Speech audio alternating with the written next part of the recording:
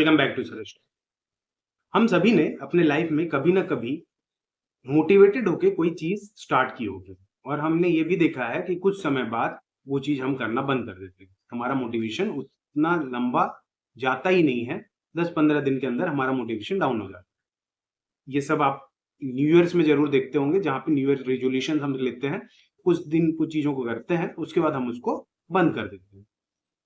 आज मैं अगर आपको ऐसी एक चीज बताऊं जिससे आपका मोटिवेशन लॉन्ग टर्म रहेगा, तो मुझे लगता है वो आपके फायदे में रहेगा। आज हम लोग बात करने वाले हैं एक ऐसे कॉन्सेप्ट की, एक ऐसे थ्योरी की जो ये बताती है कि आप अपने मोटिवेशन को लॉन्ग टर्म कैसे रख सकते हैं।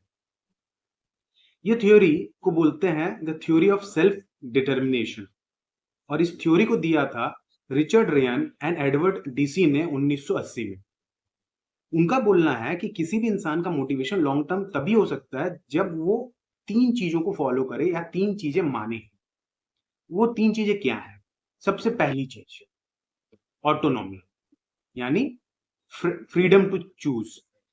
जब भी आप किसी चीज को करने के लिए मोटिवेटेड हैं और वो चीज आपने खुद ने चुनी है आपके फ्री विल से, देन चांसेस ये हैं कि आप उस चीज को लंबे समय तक करेंगे। आप किसी पीयर प्रेशर में आके किसी के बोलने पे चीजें जब स्टार्ट करते हैं तो कुछ समय तक उसका मोटिवेशन रहता है, उसके बाद वो चीजें हट जाती है।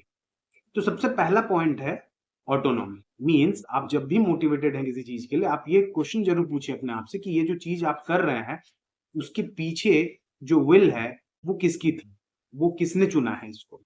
अगर आपने चुना है तो चांसेस है ये मोटिवेशन लॉन्ग टर्म रहेगा। अब आते हैं दूसरे पॉइंट पे। दूसरा पॉइंट है कि जिस चीज को आपने चुना है, जिस चीज के लिए आप मोटिवेटेड है, उस चीज को करने की आप में कॉम्पिटेंसी हो, कॉम्पिटेंस होना चाहिए। मींस ऐसी चीज आप कर रहे हैं जो आप कर सकते हैं, तभी वो मोटिवेशन प्रोलॉन्ग करेगा। आपने कुछ ऐसा चुन लिया जो आप कर ही नहीं सकते, तो आप कुछ दिन तक तो कर लेंगे किसी तरह से, लेकिन लॉन्ग टर्म में आप वो नहीं कर पाएंगे। आपको ध्यान क्या रखना है, दूसरी चीज कि जब भी आप कोई चीज के लिए मोटिवेटेड हैं, उसमें जो भी चीज आप चुन रहे हैं वो आप कर पाने चाहिए।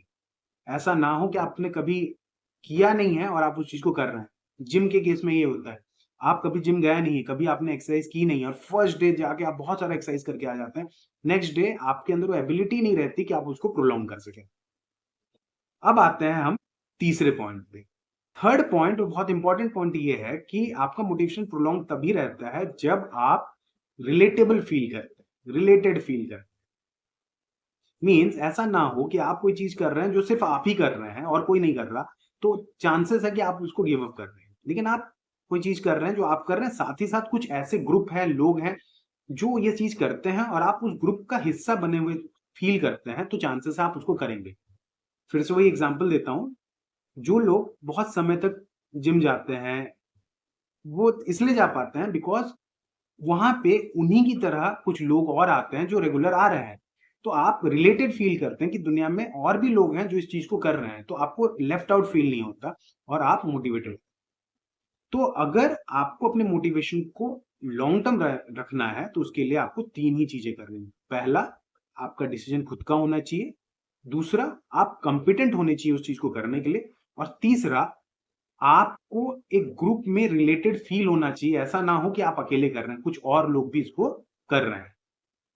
ये कॉन्सेप्ट था सेल्फ डिटर्मिनेशन थ्योरी का। ये कॉन्सेप्ट आई थिंक आपको पसंद आया होगा, और नेक्स्ट टाइम जब भी आप किसी चीज के लिए मोटिवेटेड हो, इन 3 चीजों के बारे में पहले सोच लें, तो आप ये इंश्योर कर पाएंगे कि आप इस मोटिवेशन को कितना लंबा खींच सकते हैं।